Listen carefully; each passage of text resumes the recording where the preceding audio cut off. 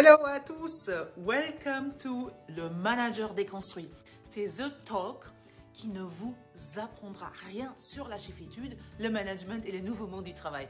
Alors, si vous êtes un manager ou un cadre et que vous vous prenez pas trop au sérieux ou justement que vous vous prenez trop au sérieux, ce talk, il est fait pour vous. C'est génial, non? Alors, pour ce premier épisode, comme on est en début de l'année, je vous propose un sujet d'une actualité absolument brûlante. L'entretien annuel pro, ou d'ailleurs pas trop pro. Yes! Le sacro-saint entretien pro, c'est un acte managérial fondamental. Dans les cours de management, d'ailleurs, il y a souvent tout un module sur le sujet et on vous y apprend que le manager doit s'y préparer plus que le manager. Mais je crois que c'est en même temps précisément le module qu'on a un peu tous séché. Alors moi, comme personne ne m'a jamais appris comment faire un bon entretien annuel, ni un manager d'ailleurs, alors je me suis dit, tiens, je vais bien regarder comment font mes propres managers pour m'évaluer, et puis je vais m'inspirer d'eux, et je vais faire comme eux, ils seraient mes modèles. Le truc, c'est que j'avais des modèles pour le moins très contradictoires. Avec le recul, je crois qu'on peut lister 4 grands modèles. Alors, le plus innovant d'abord, en premier, le plus cool à la fois, comme toujours, c'est la délégation. Donc, appelons cela l'entretien pro délégué et déjà ça fait classe, non? De plus, si tu es manager, c'est le plus facile à mettre en place. La recette, eh bien, tu vas adorer. En fait, tu fais pas d'entretien. Ton collaborateur, il s'auto-évalue, il s'auto-entretient, il a un échange avec lui-même et avec son soi profond. Ah ouais, c'est ultra puissant.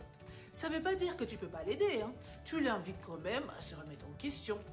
Ça l'autonomise, ça les responsabilise, ça l'engage carrément.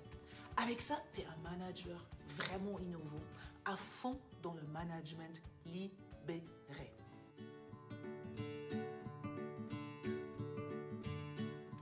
Alors, deuxième modèle, j'appelle ça l'entretien pro dit motivationnel ou de performance.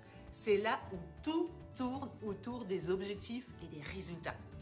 En fait, c'est le modèle qui est le préféré des managers qui aiment bien garder le contrôle, qui sont un peu dans le micromanagement.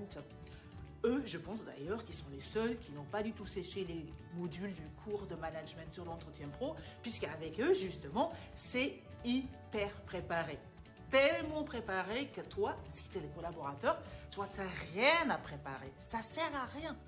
Pendant ton entretien, ton manager, il va solennellement t'annoncer ton score sur l'atteinte des objectifs de l'année écoulée.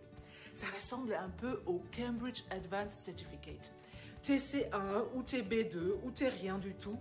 Tout est calculé sur un total de 210 points et chaque écart de 3 points est méticuleusement décortiqué et analysé. Ce qui fait que finalement, cet entretien n'est pas non plus un entretien. En tout cas, il n'y a pas d'échange. Ton manager, il te fait un long monologue pour t'expliquer ton score avec un tableau Excel à l'appui, s'il vous plaît, parce qu'il faut des chiffres. Les chiffres, ça rassure. Surtout, tu sors avec ta nouvelle feuille de route. Là aussi, sur un tableau Excel, voire carrément sur un tableau de Gantt. Parce que oui, ça se trouve que ton manager, il est ingénieur. Et les managers ingénieurs, il paraît que même l'amour, ils savent le gérer en tableau de Gantt. Un truc de ouf. Moi, je tiens ça d'une copine.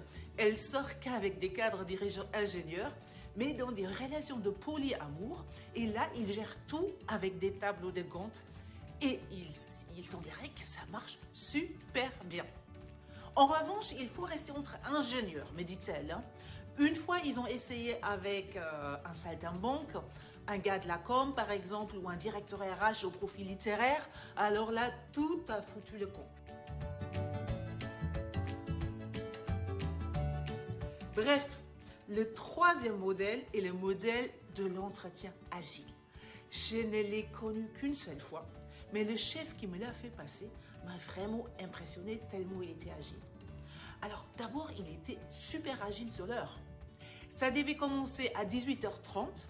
Déjà là, tu te dis, que c'est vraiment une heure originale pour un entretien pro quand même. Puis il avait 45 minutes de retard. D'une flexibilité, le mec, vraiment impressionnante. Au début de l'entretien, il a décidé que l'on ne parle pas de l'année écoulée, parce que ça c'est has-been. Il faut plutôt rester totalement focus sur le challenge à venir. Et puis, pendant l'entretien, il a expédié 6 textos, 3 emails et puis 4 coups de fil de plusieurs minutes chacun.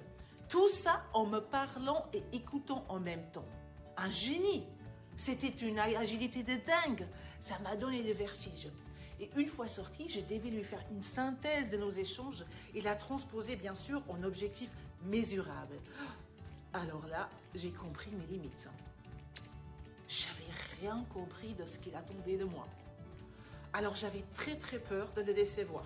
Mais heureusement, il a vite oublié et il ne m'a jamais réclamé mes devoirs.